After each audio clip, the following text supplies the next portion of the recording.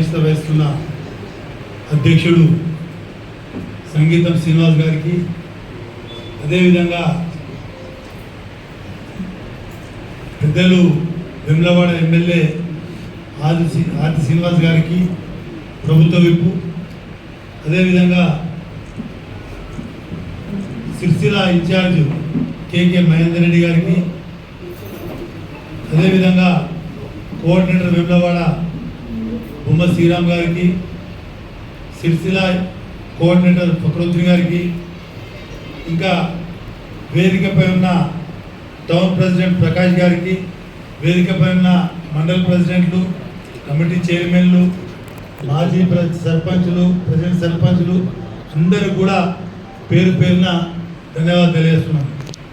ముఖ్యంగా ఈరోజు ఈ యొక్క కార్యక్రమానికి ఎజెండా రాహుల్ గాంధీ గారు పార్టీని పటిష్టం చేసే దిశలో మరి యొక్క కార్యక్రమం తీసుకోవడం జరిగింది. ఈ యొక్క పార్లమెంటుకు నన్ను కోఆర్డినేటర్గా, ఫక్రుద్దీన్ గారిని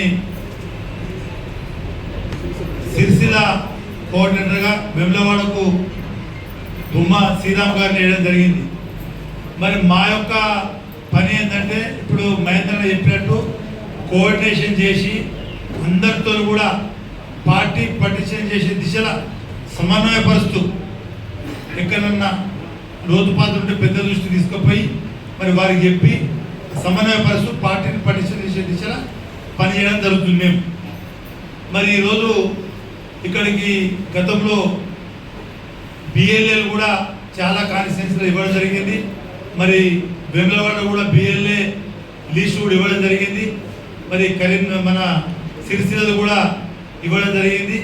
మరి ఈ యొక్క కార్యక్రమంలో మండల కమిటీలు, డివిజన్ కమిటీలు, అదేవిధంగా కార్పొరేషన్ ఉంటే డివిజన్ కమిటీలు, మున్సిపల్ ఉంటే వార్డు కమిటీలు, గ్రామ కమిటీలు ఇవన్నీ కూడా కంప్లీట్ చేసుకొని ప్రభుత్వము, రాష్ట్ర ముఖ్యమంత్రి గారు అదేవిధంగా సంక్షేమ పథకాలు ఏవైతే ప్రవేశపెడుతుండో అవన్నీ కూడా ప్రజలకు తీసుకుపోయే విధంగా పార్టీ అధ్యక్షుడు మహేష్ గౌడ్ గారి ఆధ్వర్యంలో మరి ఈ యొక్క ఇద్దరి కలయికతోని కాంగ్రెస్ పార్టీ ప్రభుత్వం నుంచి వచ్చే సంక్షేమ పథకాలను ప్రజలలో తీసుకుపోయి వచ్చే ఎంపీటీసీ, జెడ్పీటీసీ ఎలక్షన్లో మరి పార్టీ పటిష్టంగా ఉన్నట్టయితే ప్రభుత్వం మనది ఉంది కాబట్టి 10 సంవత్సరాలు ఇక్కడ మీరందరు నాయకులు ఎంతో ఇబ్బంది పడ్డారు.